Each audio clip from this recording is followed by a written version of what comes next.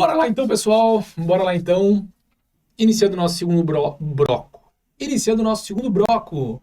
Nós estamos bem, né? Iniciando o nosso segundo bloco aqui, falando sobre princípios. Falando sobre princípios, né? Loucura, loucura, loucura. Adoro isso. Eu não compartilhei com vocês, né? As aulas gravadas, assim, sem vocês estarem diante de nós, né? Que inferno isso, né, pessoal? Olha, tempos difíceis, né? E, bom, essa é a menor das dificuldades da nossa vida.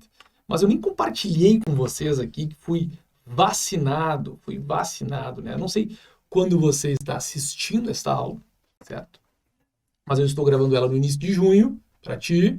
Então, tu pode assistir ela em seguida ou pertinho do nosso concurso, né? Em julho. Mas fui vacinado, né, pessoal? Eu sou professor também em graduação, em uma faculdade, em Canoas, e o município de Canoas já vacinou os seus professores do ensino superior. Então estou aqui emocionado, mas sobre efeitos colaterais da vacina. E olha, pegou a galera de jeito. Então, não estranha aí qualquer coisa, né? Não estranha qualquer coisa. Vejam que eu tô vacinado e tô me vacinando, né? Qualquer erro, efeito colateral da vacina. Queridos, eu encerrei o último bloco falando que veríamos, então, o princípio da identidade física do juiz. Esse princípio é muito importante. E ele vai aí nos ajudar com a ideia do juiz natural e com a ideia da garantia da imparcialidade e independência do juiz. Por quê? O princípio da identidade física do juiz, que até onde sei, né? Até onde sei, vocês podem ver isso com o Gui, mas até onde sei já não existe mais no processo civil. Tá? No processo penal, ele nos garante que o juiz que presidiu a instrução processual penal, ele deverá sentenciar. Então vejam, a instrução processual, ela vai iniciar lá quando nós temos o início da produção probatória. Nós temos o juiz lá que recebeu a denúncia, que analisou a resposta à acusação, que estava nas audiências, ouvindo as testemunhas de defesa, de acusação, que estava participando de todo o processo. O princípio da identidade física do juiz nos garante que esse juiz vai sentenciar. É ele que vai julgar o caso. Por que isso é importante? Ora, por uma razão muito simples. Porque esse juiz já está apropriado de tudo. E ele viu tudo, olho no olho. Ele sentiu o que a testemunha disse, ele sentiu o que o réu disse. Ele estava lá presente, ele não está lendo ou assistindo eventualmente uma gravação. Ele está presente. Pessoal, e cada vez mais, ainda mais nessa época pandêmica, nós conseguimos perceber a diferença que é o olho no olho, tá? De uma gravação. Até porque quando há o contato presencial, nós dominamos toda uma série de elementos do contexto. Então aqui vocês não sabem o que tem aqui do meu lado direito, o que tem do meu lado esquerdo. Aliás, eu ponho a mão e minha mão some. Vocês não estão vendo, certo? E o juiz da mesma forma. Então, o juiz da sentença, não ser o mesmo que esteve lá no processo, pode gerar um prejuízo muito grande. Porque ele não está, de novo, totalmente envolvido naquele caso. Eu sempre conto um caso de um cliente meu em que ele chora no seu interrogatório. Né? Foi um atropelamento, um crime de trânsito. O juiz manda ele falar o caso do início ao fim. Ele vai contando, quando ele vai chegando no momento do atropelamento, ele cai no choro. Algo que ele nunca tinha feito no escritório, algo que nunca tinha acontecido, algo que eu, em hipótese alguma, mandaria algum cliente fazer, mas ele cai no choro. Por quê? Porque ele, cara, foi sem querer o fato, tá? Foi totalmente aleatório, obviamente não vou gastar tempo aqui contando isso, mas ele se considerava alguém que tinha matado alguém. Alguém morreu, cara. Todo ser humano normal não fica bem com isso na sua vida, né? E ele cai no choro e rola todo uma comoção e tal.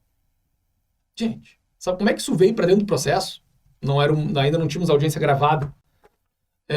Vem escrito, o réu chora, está chorando. Se não é o mesmo juiz da audiência que vai sentenciar, o juiz pensa, esse vagabundo chorando aí, entende? Então, o princípio da identidade física do juiz é muito importante. Está previsto lá no artigo 399, parágrafo 2º do Código de Processo Penal. Tá, mas sempre será esse juiz que vai sentenciar, Brandão? Não, não é sempre. Por quê? Porque esse juiz pode estar de férias, se autoriza que o juiz que vai substituí-lo sentencie. Porque esse juiz pode ir para uma outra comarca, né? Então aí vai ser o juiz substituto. Esse juiz pode ser aposentado, aí vai ser o juiz substituto. Esse juiz pode estar de licença, e aí vai ser o juiz substituto. O único desses casos que a gente consegue tentar mexer é o juiz que está de férias, né? Tentar que ele espere, que a gente espere que ele volte, né? O advogado ele sempre quer, né? Ou pelo menos na maioria das vezes ele quer que seja realmente o mesmo juiz que julgue. E aí a gente pode pedir para que se espere a volta do juiz, mas há autorização para que o juiz que o substitui sentencie o caso, tá? Mas a regra é esta. Princípio da publicidade. O princípio da publicidade. Pessoal, de certa forma, o princípio da publicidade aqui, ele vai ajudar também a garantir o respeito a todos os outros princípios do processo penal. Por quê? Porque o princípio da publicidade vai garantir que os atos, né, praticados durante o processo sejam públicos a qualquer cidadão. Então, em tese, qualquer cidadão pode ver um processo penal lá no cartório, né? Não pode levar o processo, mas pode ver o processo. A regra é essa. A regra é essa. Justamente para que nada aconteça por debaixo dos panos, nada aconteça de maneira oculta, para que alguém não possa estar sendo beneficiado ou prejudicado sem que todos os outros não saibam. Tudo que é publicizado, tudo que a gente sabe nosso que vai ser publicitado, nós tomamos alguns cuidados. Então, se eu tiro uma foto que vai ser de consumo interno, né, só meu, da minha esposa, tá? Eu não tomo certos cuidados. Não, vou cuidar aqui o meu cabelo. Não tô com nada no dente. Tá? Se eu vou publicar essa foto no Instagram, eu vou cuidar. Vou cuidar muito. O que tem aqui nessa foto aqui? O que está no fundo dessa foto? Né? Então, porque a publicidade, ela faz isso com a gente. Ela faz com que a gente tome cuidados. E do ponto de vista do processo, principalmente do processo criminal, isso é muito importante. Muito importante. Buenas. Agora, é absoluto? Não existe nenhum direito absoluto, né, no nosso ordenamento. E nem o princípio da publicidade o seria. Então, para a defesa da intimidade ou do interesse social, é possível que a gente restrinja a publicidade dos atos processuais, certo? Da intimidade aqui, eu estou pensando pensar na vítima. Eu não vou expor aqui. No caso, por exemplo, dos crimes sexuais, há o segredo desses processos justamente para nós preservarmos a identidade da vítima. Lá já é automático. Crimes sexuais, corre o segredo da justiça. Certo? Mas vejam, esse segredo também não é um segredo total, porque as partes têm acesso. O advogado e a acusação, o promotor, têm acesso.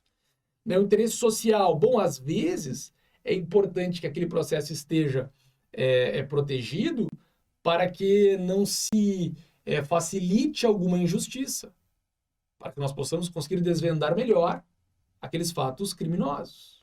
Tá? Eu coloquei aqui o artigo 93.9 da Constituição,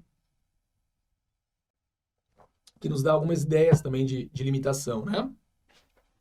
Todos os julgamentos dos órgãos do Poder Judiciário serão públicos e fundamentadas todas as suas decisões, sob pena de nulidade, podendo a lei limitar a presença em determinados atos às próprias partes ou a seus advogados.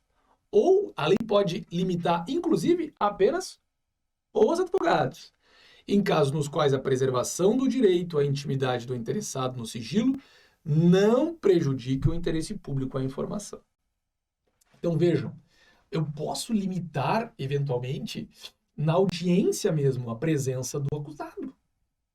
O seu advogado, não. O seu advogado vai. Mas olha o nível de limitação que eu às vezes posso dar à publicidade aqui. E isso vai acontecer, inclusive, no inquérito policial. E a súmula vinculante 14 é um bom exemplo disso. É direito do defensor, no interesse do representado, ter acesso amplo aos elementos de prova que, já documentados em procedimento investigatório realizado por órgão com competência de polícia judiciária, digam respeito ao exercício do direito de defesa. O que a súmula vinculante do STF garante, né? A súmula vinculante 14? Ela garante, pessoal, que se tenha acesso a todos os elementos da investigação. O réu, seu advogado, tem que ter direito a todos os documentos, a tudo que já está documentado na investigação. Mas veja, é o que já está documentado. Porque o que não está documentado ainda é porque está em curso aquele elemento investigatório. E aí eu não posso propiciar a defesa para ver determinadas coisas, tipo interceptação telefônica em curso. Está lá no inquérito escrito que tem uma interceptação telefônica em curso e o advogado tem acesso a isso, o cliente do advogado vai falar mais. Óbvio. Então, como é que funciona daí, Brandão? O delegado representa pela interceptação telefônica e o juiz deferiu. Beleza. Isso vai ficar no que nós chamamos de autos apartados, um expediente apartado do inquérito. Quando o advogado pede vista do inquérito, ele só vai ver o inquérito. Não vai ver essa interceptação que está rolando. Quando ela acabar, ou seja, já vai estar documentada, nós apensamos ela ao processo original. E aí, todo mundo terá acesso a esses elementos. Certo? Buenas. Princípio do contraditório. Esse é o princípio estruturante do processo penal brasileiro. Ele está aqui intrinsecamente ligado a esse processo dialético, em que uma parte sustenta, a outra contrapõe para que se forme uma síntese. Então nós precisamos ter sempre o contraponto da outra parte para que possamos entender melhor o caso, os fatos. Então, nós precisamos, para o exercício do contraditório, ter o que nós chamamos de paridade de armas. Paridade de armas. Ou seja, as partes têm que ter as mesmas possibilidades de ação para que exista realmente um contraditório pleno. Contraditório, sim, é a possibilidade de se manifestar em relação a qualquer elemento produzido pela outra parte ou pelo juízo. Tem que haver esta possibilidade. Agora, vejam um detalhe aqui. Vejam um detalhe aqui. Às vezes, o contraditório, ele vai ser, de certa forma, diferido no tempo. Uma parte sustenta algo, a outra vai lá e, depois disso, contrapõe essa ideia. Mas para a produção de provas no processo penal, nós dizemos que elas têm que ser produzidas sob o crivo do contraditório. O que é isso? Quando nós temos uma prova testemunhal, nós só consideraríamos ela prova quando aquela pessoa foi ouvida sendo inquirida também pela acusação e pela defesa. Quando eu tenho uma pessoa ouvida só pela acusação, e aí depois, no outro dia, a defesa tem vista desse depoimento, eu não estou tendo um contraditório pleno. Não, mas a defesa vai poder falar que está errado aquilo ali. Mas isso não é contraditório pleno. Contraditório pleno é a defesa estar lá também na audiência e perguntando para essa testemunha. Por quê? Porque quando a testemunha falar algo que a defesa tem como, nas perguntas, já deixar ela em maus lençóis, a defesa vai poder perguntar aí na hora. E vai poder produzir uma fala daquela testemunha. Ao contrário dela, quando ela só tem vista daquele depoimento depois. Então, dentro da nossa estrutura processual, tá? Prova é só aquilo que foi realmente formado sob o crivo do contraditório. Isso vale para a defesa e vale para a acusação também, certo? Porque quando a testemunha falar assim, não, mas ele estava vestido de tal maneira, E aí a acusação segue perguntando, mas a defesa sabe. A defesa sabe que em outro momento a testemunha tinha dito algo diferente. A acusação acabou não se atentando para isso, porque não interessava para a acusação, e não perguntou. Se a defesa está ali, exercendo um contraditório pleno, ela vai poder perguntar, vai poder forçar ali a testemunha a se deparar com seus eventuais erros. Certo? Buenas, buenas. Aqui, justamente a informação que estava trazendo. Olhem essa novidade aqui que diz respeito a essa questão do contraditório, né, pessoal? É a do réu delatado. A lei de organizações criminosas, ela trouxe agora, com o pacote anticrime, uma nova diretriz, que é a seguinte: a garantia do réu delatado ser o último a falar no processo penal. O último dos réus. A acusação sempre fala antes da defesa, tá? Mas quando eu tenho vários réus, qual vai ser o último a falar? O réu delatado. Ou pelo menos o réu delatado tem que falar depois do réu delator. Para exercer o contraditório. Porque o réu delator fala um monte de coisa que quer, e o réu delatado tem que ter condições de se contrapor. E o réu delator está funcionando verdadeiramente como um acusador. Então se leva tão a sério a ideia de contraditório que, inclusive em relação ao réu delator, nós temos a possibilidade da defesa falar depois dele, para conseguir contradizer. Tá, mas esse contraditório está muito bom para a defesa, não para a acusação. Sim, porque a função do processo é garantir que nenhum cidadão inocente possa ser condenado. Essa é a função do processo. Por isso que a defesa vai falar depois da acusação. Sempre. Para que ela possa contrapor eventualmente tudo. E aí, se mesmo ela contrapondo, nós ainda entendermos que ela é culpada, nós temos toda a condição do mundo de falar, tá vendo? O processo conseguiu nos dar a autoridade para dizer que aquela pessoa é culpada. Porque respeitamos o contraditório. Certo? Pegamos aqui o segundo bloco e voltamos já, pessoal. Até mais. Ampla defesa e contraditório, eles acabam funcionando como irmãos aqui, né?